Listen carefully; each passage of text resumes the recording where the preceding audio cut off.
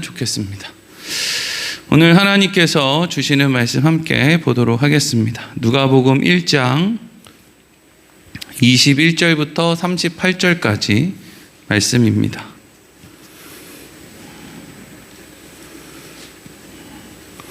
누가복음 1장 21절부터 38절까지 말씀 한 목소리로 읽겠습니다. 시작. 백성들이 사가랴를 기다리며 그가 성전 안에서 지체함을 이상히 여기더라. 그가 나와서 그들에게 말을 못하니 백성들이 그가 성전 안에서 환상을 본 줄 알았더라. 그가 몸짓으로 뜻을 표시하며 그냥 말 못하는 대로 있더니 그 직무의 날이 다 되매 집으로 돌아가니라. 이후에 그의 아내 엘리사벳이 잉태하고 5달 동안 숨어 있으며 이르되 주께서 나를 돌보시는 날에 사람들 앞에서 내 부끄러움을 없게 하시려고 이렇게 행하심이라 하더라. 6째 달에 천사 가브리엘이 하나님의 보내심을 받아 갈릴리 나사렛이란 동네에 가서 다윗의 자손 요셉이라 하는 사람과 약속한 처녀에게 이르되 그 처녀의 이름은 마리아라. 그에게 들어가 이르되 은혜를 받은 자여 평안할지어다. 주께서 너와 함께 하시도다 하니 처녀가 그 말을 듣고 놀라 이런 인사가 어찌함인가 생각하매 천사가 이르되 마리아여 무서워하지 말라. 내가 하나님께 은혜를 입었느니라. 보라 내가 잉태하여 아들을 낳으리니 그 이름을 예수라 하라. 그가 큰 자가 되고 지극히 높으신 이의 아들이라 일컬어질 것이요 주 하나님께서 그 조상 다윗의 왕위를 그에게 주시리니 영원히 야곱의 집을 왕으로 다스리실 것이며 그 나라가 무궁하리라. 마리아가 천사에게 말하되 나는 남자를 알지 못하니 어찌 이 일이 있으리이까.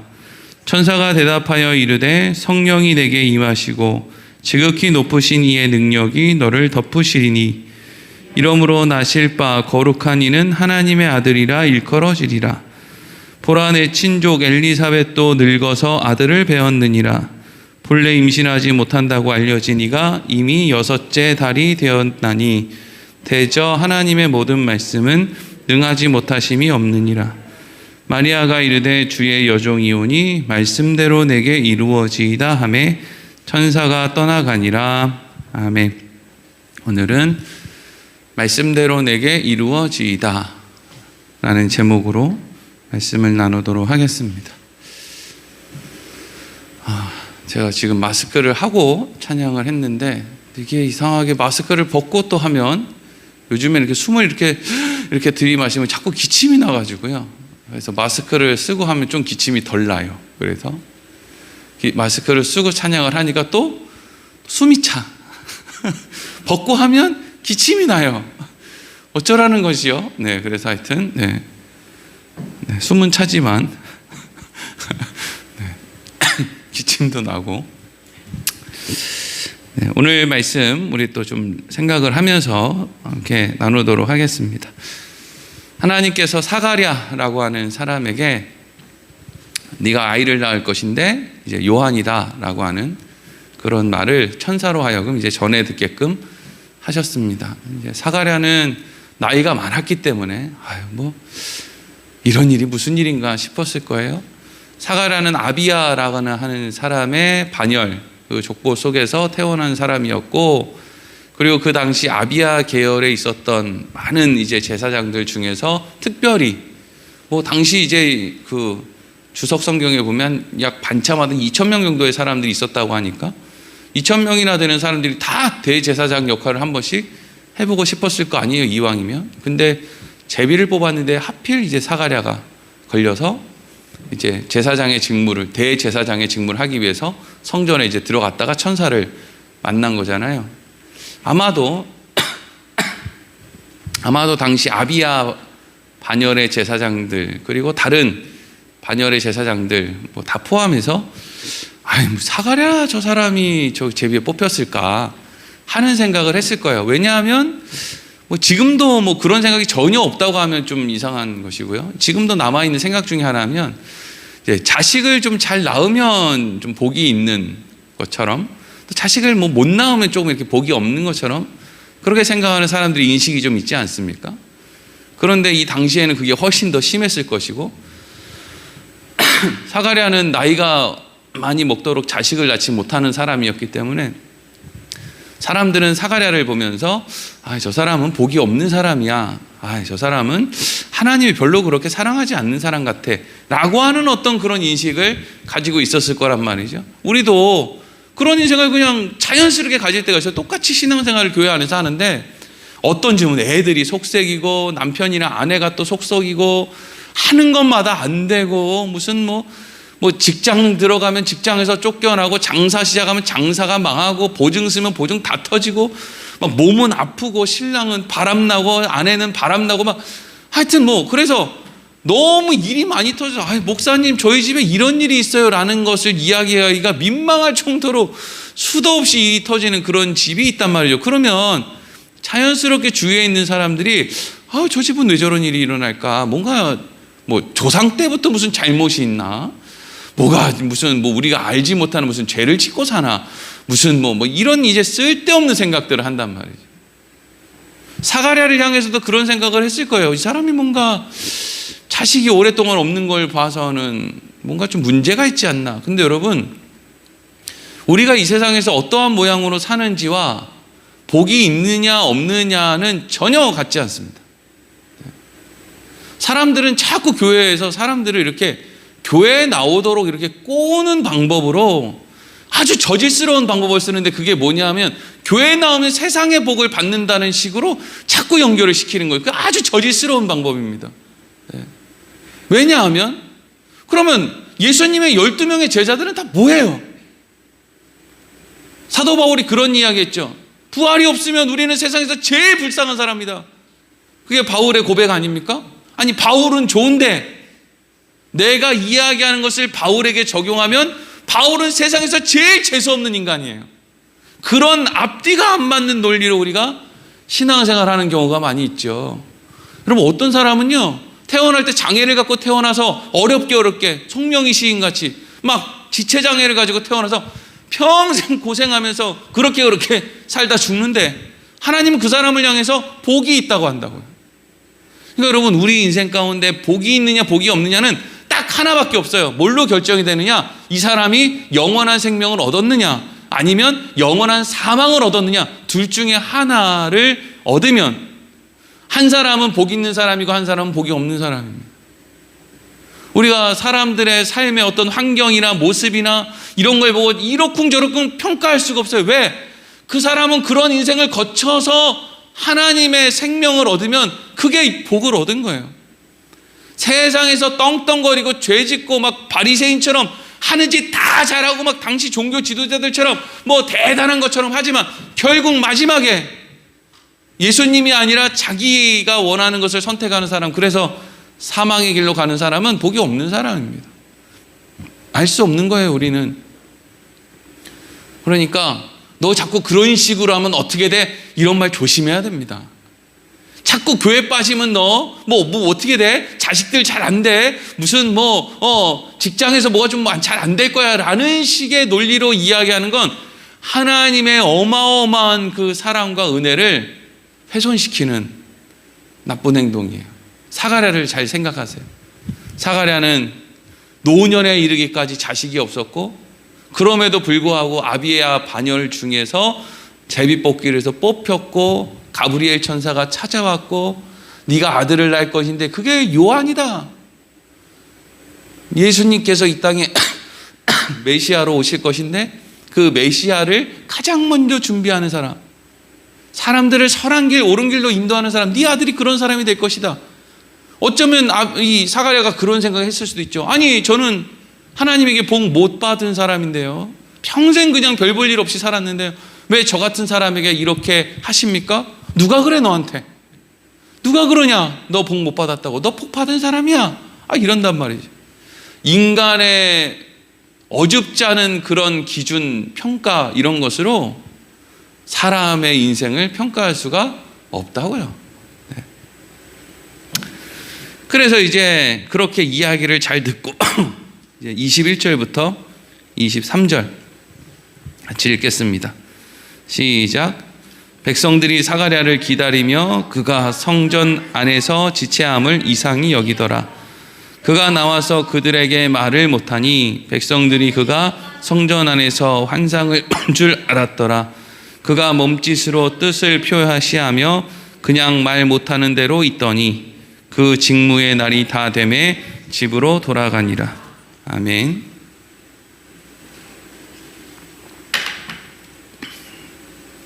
사가랴가 노년의 나이에 천사가 앞으로 네가 아이를 낳게 될 것이다 라고 하는 말을 함과 동시에 이제 그 증거로 표시로 앞으로 네가 말을 하지 못하게 될 것이다 이렇게 이제 말을 했죠.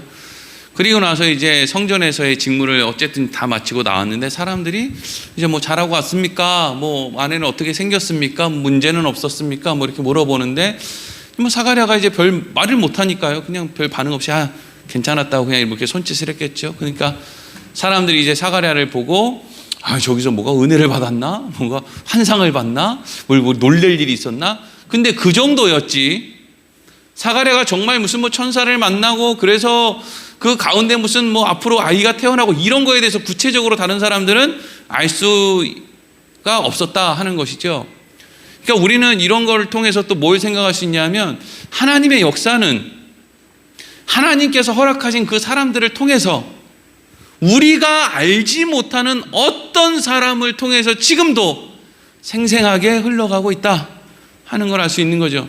내가 모른다고 해서 하나님의 역사가 흘러가지 않는 게 아니라 당연히 나는 모르죠. 내가 뭘 알겠습니까? 우리가 뭘 알겠어요? 우리 같은 수준의 사람들이 하나님이 역사를 어떻게 끌고 가시는지 우리가 어떻게 알겠습니까? 그런데 하나님께서는 그럼에도 불구하고 하나님의 역사를 하나님의 방법대로 끌고 가고 계신다고요. 사가랴는 이날 천사를 만났고 천사를 통해서 하나님이 하실 일을 맡았단 말이죠. 그렇게 집에 가서 뭐 말은 뭐 제대로 못하니까 어쨌든지 뭐 어디 뭐 글을 쓰든지 어떻게 해서 설명을 좀 했겠죠. 왜냐하면 아내 엘리사벳이 놀랬을 거 아니에요. 이게 뭔 일인가 싶을 거 아니에요. 근데 뭐 여차저차해서 뭐 구체적으로 어떻게 이게 과정이 진행되었는지는 모르겠지만 그 할아버지하고 할머니 사이에서 어머나 아기가 생겼다는 거죠. 이제 그게 이제 이렇게 됐다는 거예요. 그래서 24절 25절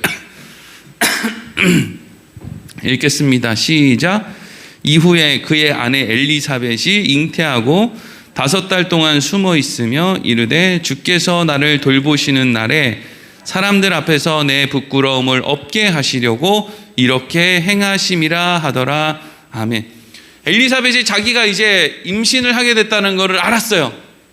어떻게 알았는지 모르겠어요. 뭐 꿈틀꿈틀 됐는지 그냥 꽤 오래 알았는지 하여튼 뭐 알았대요. 뭐 저도 뱃속에 애를 넣어본 적은 없어가지고 네, 어떻게 알았나 봐요. 근데 너무 기쁘고 그래서 사람들한테 이야기할 수도 있는데 혹시라도 이제 노년의 아이를 갖게 되니까 이 아이가 잘못될까 싶어서 지금까지 아이 못 낳는 여자로 그렇게 취급받고 산 것도 지금 억울한데 이 애가 뱃속에 있는 애가 내가 노년에 얻은 아이가 혹시라도 잘못되면 이거는 뭐 아이를 못 낳는 여인보다 아이를 뱃속에 넣었다가 이게 잘못된 여인은 더 또 이렇게 손가락질을 받을 수 있으니까 어쨌든 간에 조심스러운 마음에 5달 동안 이렇게 사람들에게는 숨겼다는 거죠.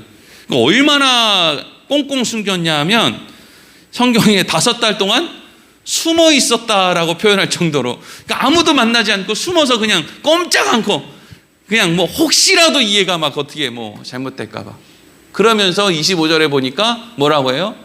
주께서 하나님이 나를 사람들 앞에서 부끄러움을 없게 하시려고 이렇게 하셨구나. 그러니까 엘리사벳도 무엇은 확실히 알 수 있어요? 이건 내가 나한테 일어날 수 있는 일이 아니지. 사가랴와 내가 뭐 노력한다고 이게 아기가 생기는 이런 상황이 아니지. 이건 하나님이 주시지 않으면 애초에 안 되는 일이지. 뭐 이런 생각을 이제 했다는 거죠. 그러니까 지금 사가랴가 우리 장로님 나이 정도 됐을걸요? 엄청나지 않습니까? 장로님이 지금 기침이 자꾸 나가지고 지금 뭐 교회 나올 때 찬바람도 쐬면 안 되는 나이인데 아니 지금 저 나이에 임신을 했다고 하면 생각을 해보세요. 어머나 이게 지금 뭔가 현장감이 막 나오지 않습니까? 엄청난 일이잖아요 이게. 그러니까 뭐라고 고백을 했다는 거예요? 이건 내가 할 수 있는 일이 아니야. 이건 현대 과학으로, 의학으로 설명이 되는 일이 아니야. 하나님이 나의 부끄러움을 없애주시려고 나에게 이런 일을 행하셨어 라고 하는 고백을 엘리사벳이 할 수밖에 없었다는 거죠. 그리고 나서 바로 이제 시선이 어디로 가느냐? 사실 엘리사벳에게 일어난 일은 누구를 위해서 한 일이냐? 마리아를 위해서 지금 하고 있는 일이죠. 그러니까 세례 요한이 예수님을 예비하는 것처럼 사가랴와 엘리사벳이 요셉과 마리아를 지금 준비하는 것과 같은 모양인 거예요. 그래서 자 26절 27절 읽겠습니다. 시작.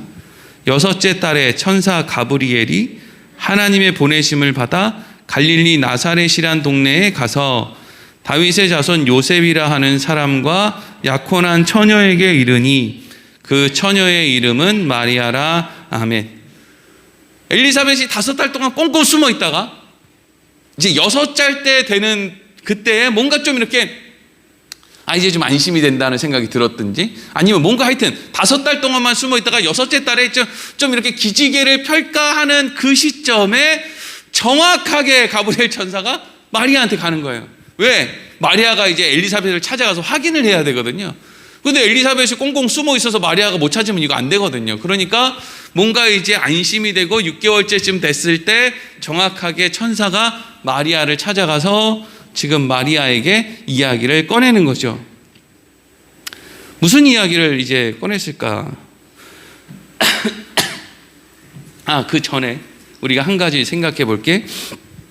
27절이에요. 27절에 보면 이런 식으로 설명이 되어 있어요. 다윗의 자손 요셉이라 하는 사람. 그러니까 요셉은 누구의 자손이에요? 다윗의 자손이요. 그러니까 사실 따지고 보면 엄청난 집이거든요. 이 집이, 이 집안이요. 옛날 전주희 씨 막 이런 거예요. 그렇죠?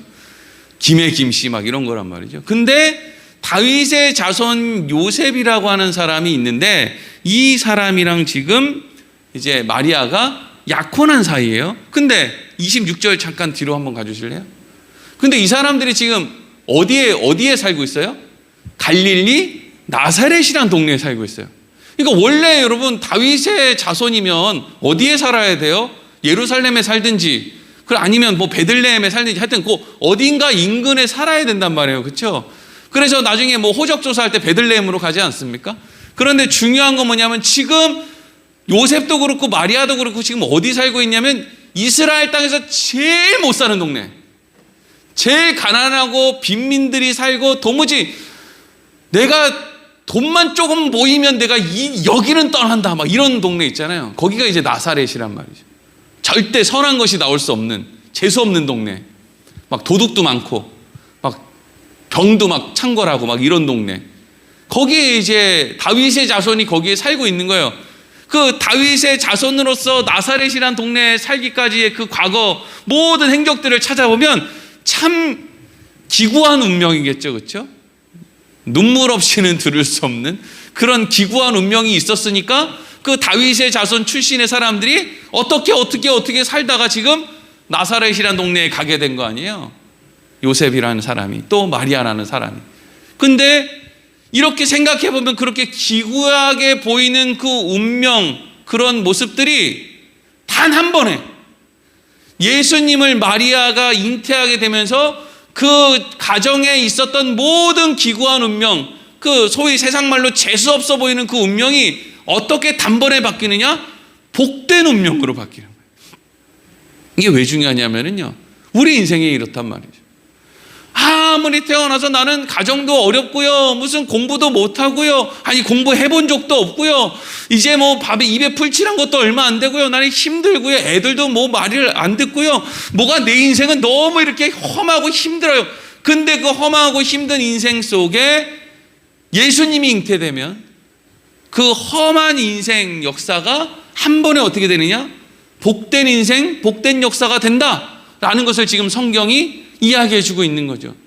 그러니까 예수 믿고 뭐 다른 어떤 복을 받아야 된다는 이야기를 성경은 하고 있는 것이 아니라, 아무리 어렵고 힘든 과거를 가지고 있고 말할 수 없는 그런 고난을 당했어도 그날 성령께서 우리에게 찾아오셔서 우리가 예수를 알고 믿게 되는 그날 우리는 우리의 과거의 그 험한 역사가 복된 역사가 되는 것을 경험하게 된다라는 거예요. 이게 마리아에게 일어난 일이다라는 거예요.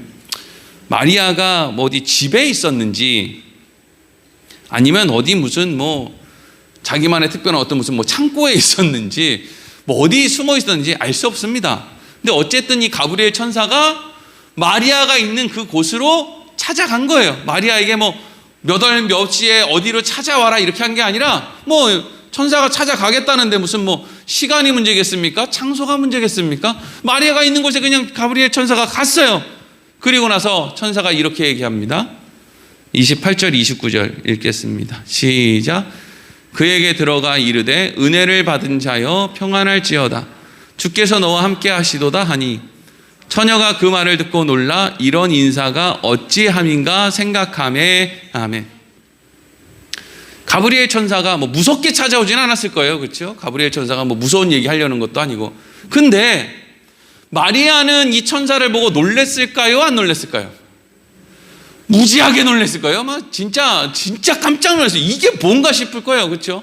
아무리 뭐 하나님을 알고 뭐 이스라엘 백성이고 뭐 암만 그렇게 해도 뭐 간이 아무리 커도 안 놀랄 수가 없는 거예요. 그리고 여러분 기본적으로 인간은요, 천사가 됐든 하나님이 됐든 그 어떤 거룩한 존재 앞에 서면은요 두려움을 느낄 수밖에 없어요. 왜? 우리 안에 죄가 있거든요. 죄가 거룩함을 밀어내기 때문에 두려울 수밖에 없다고요. 그러니까 마리아는 천사를 보았을 때, 여러분 마리아가 죄가 없는 여자가 아니에요. 우리랑 똑같은 여자입니다. 그래서 마리아가 이제 이후의 말씀을 보면 천사가 마리아에게 두려워하지 말라 이런 얘기 하거든요. 마리아가 두려워했다는 건 마리아 안에 죄가 있었다는 거예요. 여러분 우리가 지금 우리 안에 성령이 있다는 걸 어떻게 아느냐? 지금 여러분들은 하나님이 또 성령이 어떤 뭐 천사가 여러분들에게 찾아오면 여러분들 이렇게 두려워하지 않을 거예요. 왜? 아니까요. 뭘? 예수님이 나를 위해서 어떤 일을 하셨는지, 내가 예수님과 늘 동행한다는 걸 알기 때문에 구원받은 사람은요 오히려 천사가 나타나거나 하나님이 나타나거나 이러면 아마 이렇게 얘기할 거예요. 하나님, 저 얼른 집에 가고 싶어요. 저 여기서 이렇게 사는 거 너무 힘들어요. 저 좀 얼른 데리고 가세요. 안 무섭습니다. 제가 설교 준비하면서 곰곰이 생각해 봤어요. 아, 마리아처럼 내가 여기서 교회에서 집으로 이렇게 가는데 이 골목에서 천사가 나타나가지고 뭐 목사야 뭐 이러면서 배목사야 이러면서 천사가 나타나서 말을 걸면 난 뭐라고 할까? 저 좀 데리고 가세요.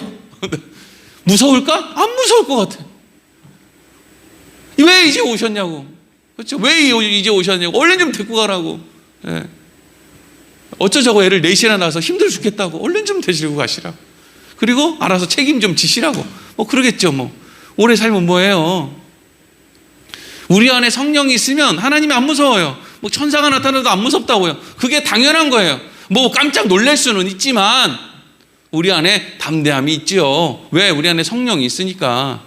근데 마리아는 지금 뭐 몰라요. 그런 거 모른다고요. 아직 성령이 뭔지도 모르고 아무것도 모르는 상태예요. 근데 갑자기 천사가 나타나서 은혜를 받은 자여 평안할지어다 그러는데, 말이 평안을 받을지어라지 내가 준비가 안 되는데 뭘 평안해. 지금 천사가 무섭게 이렇게 낯선 어떤 존재가 나타나서 무슨 이야기를 하는데 평안하라고 이야기를 하는데 평안해지냐고요. 심장이 두근두근 거리지. 평안할지어다 주께서 너와 함께 하신다. 그랬더니 이제 마리아가 뭐라고 합니까? 이게 무슨 일이야? 이런 인사가 어찌민가 이 말은, 아니 도대체 이런 종류의 인사를, 이런 종류의, 이건 뭐 천사가, 처음 보는 천사가 처음 듣는 인사를, 마리아가 언제 이런 인사 들어봤겠습니까? 이게 여기 이런 인사가라는 말은, 이런 인사말은 뭐지? 이런 뜻이에요. 그러니까 천사라는 존재도 신기한데 이런 종류의 인사말을 자기가 듣는 것도 이게 처음인 거예요. 그러니까 이게 뭐지? 도대체 이런 말을 왜 나한테 하지? 무서워. 근데 이게 도대체 나한테 왜 이런 말을 하는 건 또 뭐지? 그랬더니 이제 이어서 천사가 이렇게 얘기하죠. 30절부터 33절 읽겠습니다. 시작. 천사가 이르되 마리아여 무서워하지 말라. 내가 하나님께 은혜를 입었느니라. 보라, 내가 잉태하여 아들을 낳으리니 그 이름을 예수라 하라. 그가 큰 자가 되고 지극히 높은 이의 아들이라 일컬어질 것이요 주 하나님께서 그 조상 다윗의 왕위를 그에게 주시리니 영원히 야곱의 집을 왕으로 다스릴 것이며 그 나라가 무궁하리라. 아멘. 30절 띄워주세요. 천사가 마리아한테 뭐라 그래요? 마리아야, 무서워하지 마라. 무서워하지 마라. 내가 너한테 온 것은 너를 책망하려고 오는 게 아니라, 보통 성령 받지 못한 사람들은 이런 종류의 일이 일어나면 무섭죠. 왜? 자기가 뭘 잘못한 게 분명히 생각이 날 거거든요. 우리는 천사가 나타나면 누가 생각나야 돼요? 내가 잘못한 게 생각나면 안 돼요. 누가 생각나야 되죠? 예수님이 생각이 나야 되는 거예요. 그래서 예수님이 나를 위해서 그런 일을 하셨구나라는 게 생각이 나야 되는 거죠. 마리아는 아직 몰라요. 그러니까 막 무서워하는 거죠. 그랬더니 네가 하나님에게 은혜를 입었어. 그러니까 이건 마리아가 특별한 사람이기 때문에 온 게 아니에요. 노아가 특별하거나 무슨 아브라함이 특별한 존재이기 때문에 하나님이 찾은 게 아니라 그 사람들의 공통점은 그냥 하나님의 은혜를 입은 사람이에요. 그러니까 오늘날 하나님의 은혜를 입어서 우리가 예수를 믿게 된 것과 마리아나 아브라함이나 노아나 사실 따지고 보면 다 똑같은 거예요. 물론 우리가 다 똑같아. 그러니까 마리아나 나나 도찐 개찐이지 이렇게 그냥 함부로 이야기하지는 않지만 따지고 보면 하나님의 은혜가 아니면 안 되는 존재라는 것은 마리아나 우리나 똑같다고요. 근데 문제는 뭐냐면요, 많은 사람들 가운데 어떤 생각을 하고 있는 사람이 많으냐 하면 이 마리아라고 하는 여인이 특별하다고 하는 생각을 하는 사람들이 많이 있어요. 애초에 카톨릭 같은 경우에는 마리아를 거의 신격화해서 생각을 하는데 이게 논리적으로 이게 왜 마리아가 이렇게 일을 경험하게 됐고 이제 예수님이 어떻게 태어나고 천사가 얘기를 어떻게 해주고 이런 것들이 이제 잘 이해가 되면은 사실 그런 것이 필요가 없다라는 걸 알게 되거든요. 근데 이게 아직 그런 거에 대해서 잘 정리가 안 됐는지 이제 카톨릭에서는 마리아에 대해서 어떤 식의 논리를 가지고 있냐면 이런 거예요. 마리아는 엄마 뱃속에 잉태되는 그 순간부터 죽을 때까지 죄를 짓지 않았다. 이런 논리를 만들어내요. 그게 마리아 무죄 잉태설이라는 게 있어요. 이게 거기에는 진리예요. 근데 마리아가 어머니 뱃속에서부터 태어나서 사는 동안에 죄를 한 번도 짓지 않을 필요가 그러면 있느냐? 그렇게 할 필요가 없다는 거예요. 그렇게 될 필요가 없다고요. 하나님은 필요가 있으니까 기적을 일으키는 것이고 필요가 있으니까 어떤 행동을 하시는 거 아니에요. 근데 마리아가 태어나서 죽을 때까지 죄를 짓지 않아야 될 필요가 있느냐? 아니요. 없어요. 중요한 건 그게 아니거든요. 그래서 카톨릭은 또 마리아는 또 아니지. 세 가지인데 마리아는 뱃속에 있을 때 죄를 짓지 않았다. 죄 없이 잉태가 됐다. 그리고 사는 동안에도 죄를 짓지 않고 평생 살았다. 그리고 세 번째는 마리아는 죽지 않고 승천했다 라고 믿어요. 근데 이 세 가지는 사실 다 쓸데없는 생각들이에요.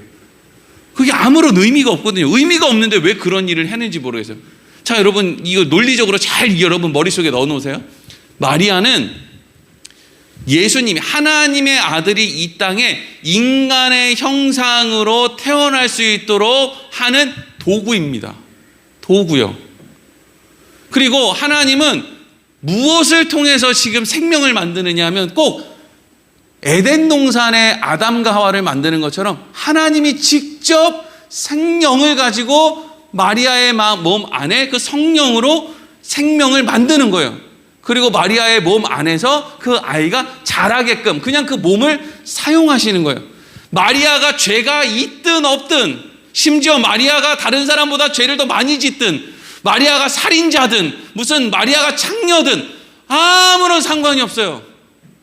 예수님이 그곳에서 태어난다고 해서 아무런 상관이 없다고요. 중요한 건 하나님이 아담의 혈통이 아니라 하나님께서 직접 그 여인의 뱃속에 생명을 넣어주셨다는 게 그게 핵심인 것이죠.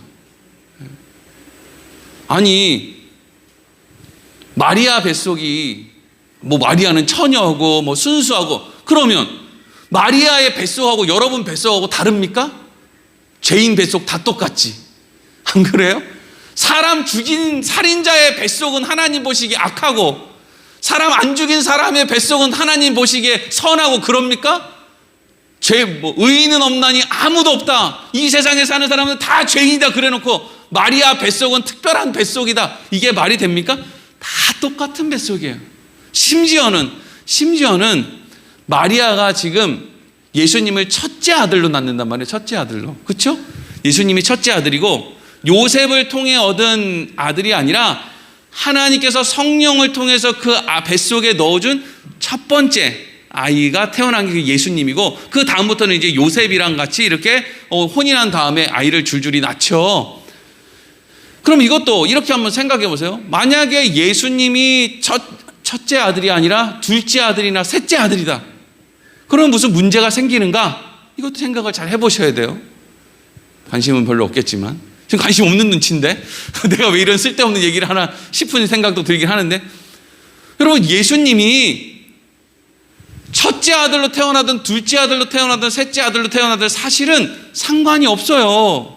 근데 왜 하나님은 예수님을 첫째 아들로 태어나게 만들었느냐? 누구 때문일까요? 우리 때문에요. 왜 우리 때문에요?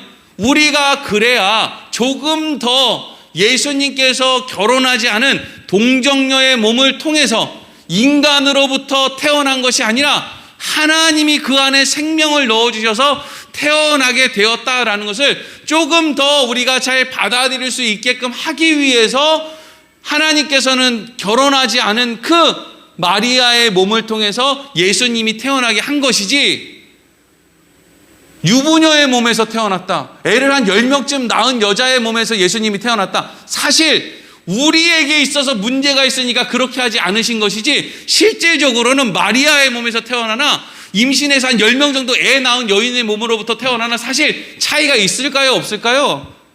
없습니다.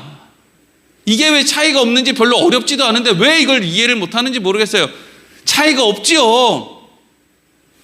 마리아나 애 10명 낳은 여인의 몸이나 똑같은데 죄인의 몸인 건 똑같단 말이에요.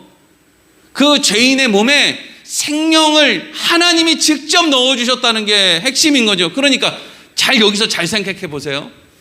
마리아가 마리아라고 하는, 마리아도 죄인이잖아요. 그러니까 가브리엘 천사를 보고 무서워하잖아요. 죄인이기 때문에 무서워하는 거거든요.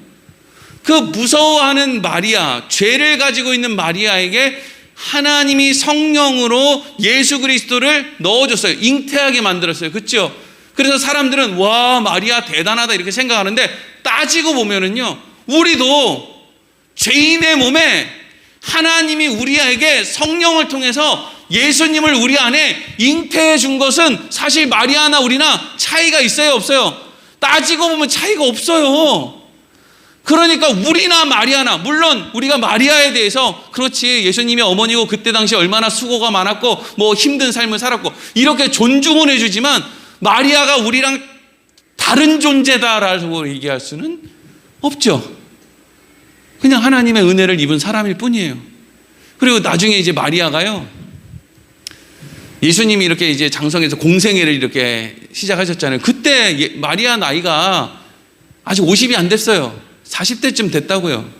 그러니까 마리아가 그 나이에, 40대 중후반의 나이에 자기 동생, 예수님의 동생들 막 이렇게 야고보 무슨 요셉 이런 이제 예수님 동생들을 줄줄이 댔고 자꾸 예수님을 찾아다녀요.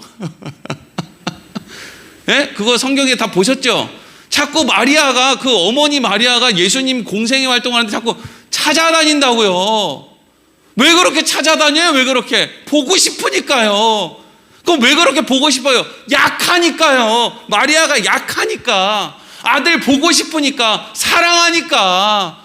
그래서 동생들 데리고 그냥 어디 있는지 그냥 수소문해서 자꾸 그 어머니가 예수님을 따라다녀요. 하나도 신적인 존재가 아니에요, 마리아는. 그냥 우리와 같은 연약함을 가지고 자식 얼굴 한번 보고 싶어서. 예수님이 얼마나 싫다 그래요. 여기 있는 사람들이 누가 내 어머니고 누가 내 형제냐?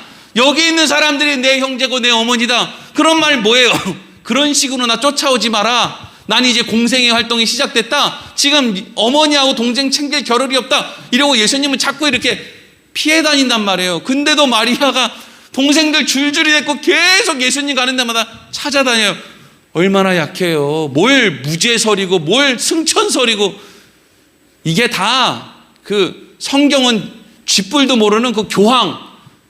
또 이렇게 얘기하면 또 큰일 났네.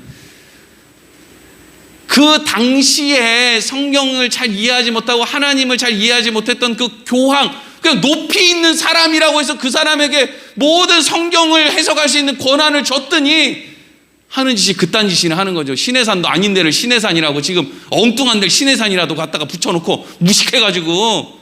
예? 마리아가 마리아가 굳이 무죄하게 태어날 필요가 뭐가 있어요? 마리아가 무슨 평생 죄 안 짓는 게 우리랑 뭔 상관이에요? 마리아가 죽지 않고 승천해서 천국 간 게 뭔 상관이냐고요? 그럴 필요가 없는데 왜 이렇게 마리아 얘기를 오래 하지? 하여튼 그랬다고요. 핵심은 우리랑 마리아랑 별로 차이가 없다. 하나님의 은혜를 입은 것은 공통점이다.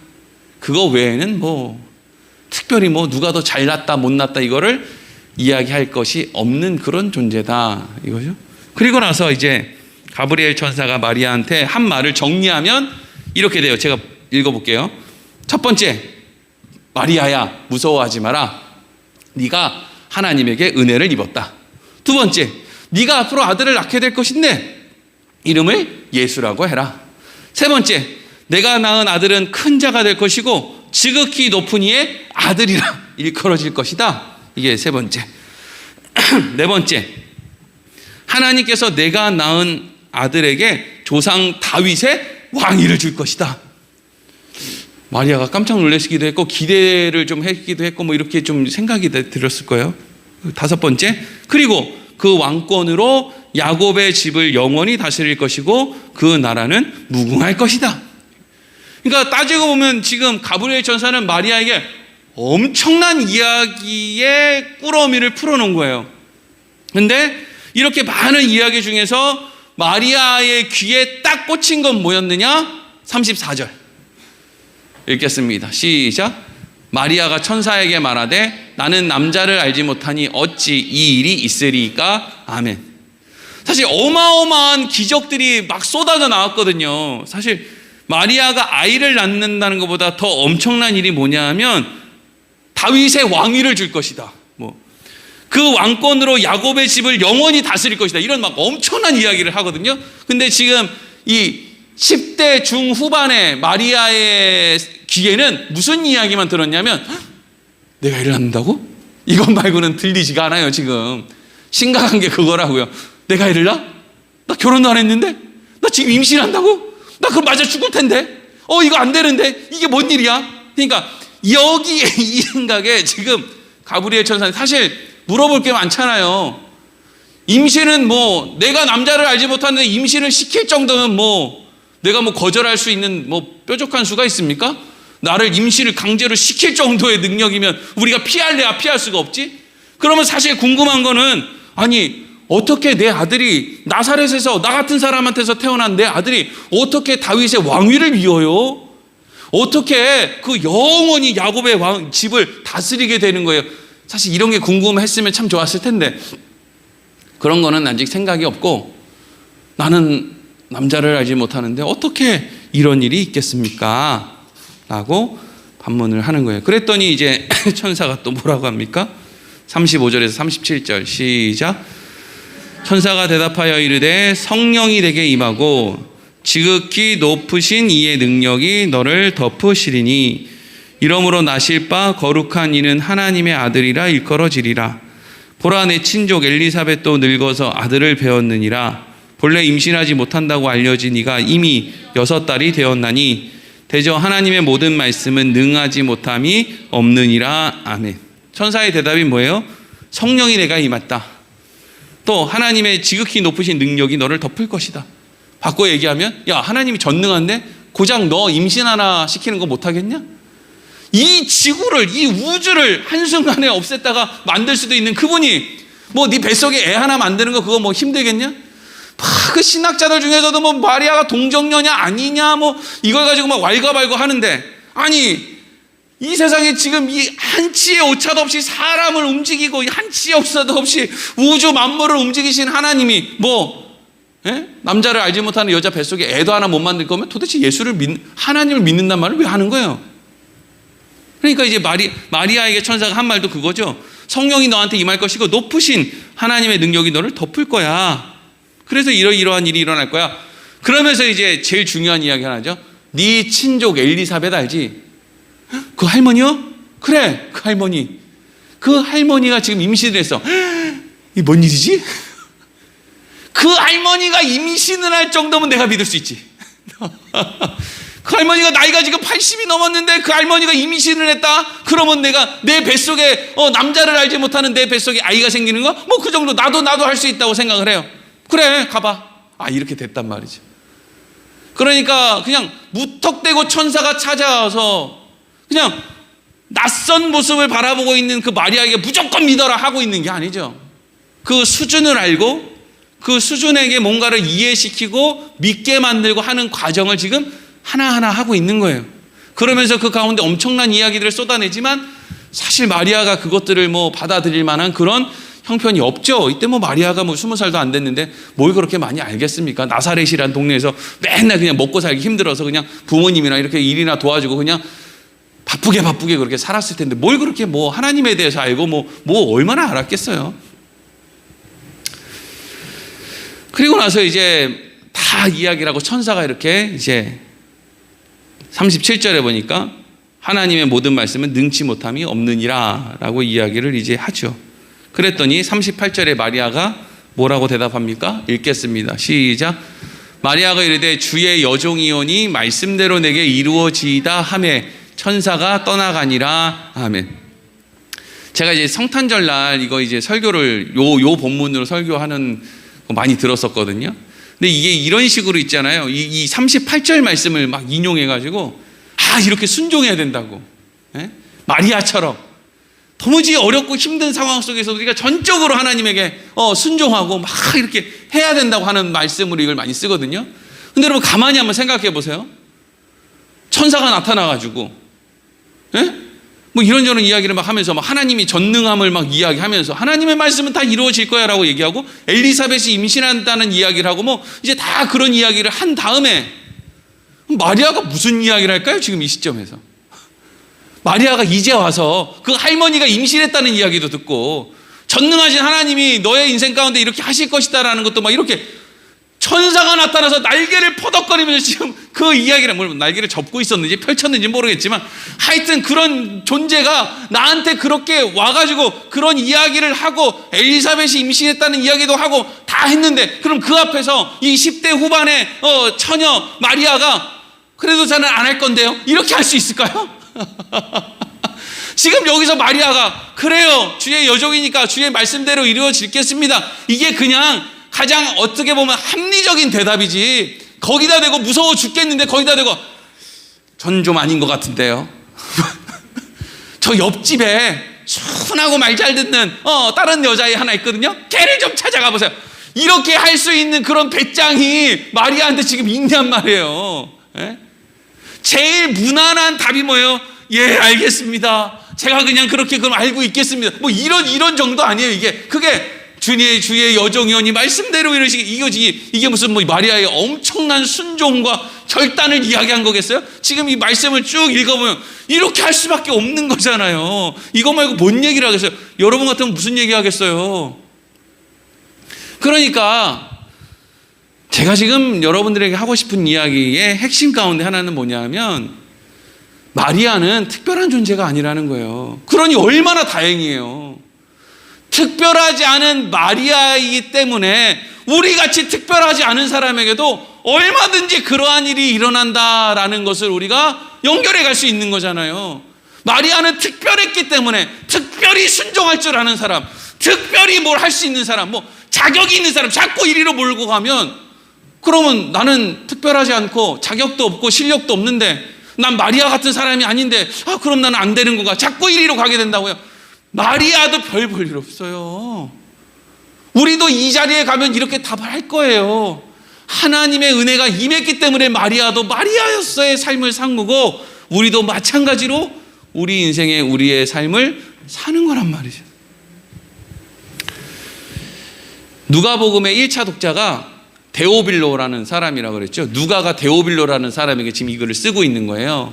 그러니까 데오빌로라고 하는 사람에게 있어서 이 누가는 마리아에게 있어서 엘리사벳 같은 존재가 되는 거예요. 그렇죠? 엘리사벳이 지금 노년에 임신했는데 말도 안 되는 그 일을 지금 경험하고 나서 지금 마리아가 이제 다음 주 시간에 보면은 뭐 엘리사벳 쫓아갈 거예요. 그러면 그 할머니가 임신한 걸 보고 어이구야 이게 나한테도 일어나겠네 이제 확신을 갖는단 말이죠. 그러니까 로마인 출신의 데오빌로가 헬라인 출신의 누가가 예수를 믿는 것을 보고 그렇구나, 나한테만 이런 일이 일어난 게 아니라 헬라인에게도 히브리인 출신의 그 예수가 히브리인에게도 주가 되니 로마인인 나에게도 주가 되는 것이 전혀 이상하지가 않구나, 이렇게 된단 말이죠. 그러니까 여러분, 오늘날 그리스도인들의 책임은 뭐냐면 우리가 먼저 믿은 우리가 다음 믿는 어떤 사람들에게 있어서는 엘리사벳이고 누가고 이렇단 말이에요. 그러니까 먼저 믿은 우리를 통해서 뒤늦게 믿는 사람들이 뭔가를 확인할 거예요. 그럼 우리는 그 뒤늦게 믿는 사람들에게 뭘 확인시켜줘야 될까요? 난 특별한 사람이야, 난 예수 잘 믿어서 이렇게 멋떨어지게 살아, 너도 날 본받아, 이렇게 할까요? 아니죠. 엘리사벳이 마리아한테 무슨 얘기했을까요? 이건 내가 한 게 아니야, 나도 왜 이런 일이 나한테 일어났는지 몰라, 하지만 분명한 것은 이건 하나님이 하신 일이야. 누가가 데오빌로에게 자에게 왜 이런 일이 일어났는지 몰라요, 하지만 이건 분명한 것은 하나님이 하신 일이에요. 하나님이 나에게 생명을 주셨어요. 이게 여러분, 우리가 그리스도인으로 살면서 맨날 길에서 뭘 이렇게 나눠주고 막 사람들한테 막 거짓말 해가지고 막 교회 나오면 막 병 다 낫고, 교회 나오면 막 그냥 뭐 문제 다 해결되고 막 그거 해야 된다고 막 이제 배웠으니까 어려서부터. 근데 그게 중요한 게 아니고요. 우리가 정말 그리스도인으로서 해야 되는 건 내가 한 게 아니야, 나한테 자격이 있어서 그런 게 아니야, 난 부족하고 연약한데 하나님의 은혜로 하나님이 나 같은 사람에게도 이렇게 은혜를 부어주셨어. 그래야 전혀 특별하지 않은 그 사람도 나한테도 그런 일이 일어날 수 있구나 라고 하는 소망을 갖고 나가는 거거든요. 별 볼 일 없는 엘리사벳한테 생명이 생겼어? 그렇다면 저 할머니한테도 생겼는데 나한테 못 생기냐, 난 아직 젊고 창창한데 저 할머니를 책임져 주시는 하나님이 나는 책임 못 져주시겠어? 이리로 가게 하는 것이 먼저 믿은 우리가 사실은 해야 될 역할이다 하는 것이죠. 우리 또 다음 시간에 이어서 말씀 보도록 하겠습니다. 기도하겠습니다.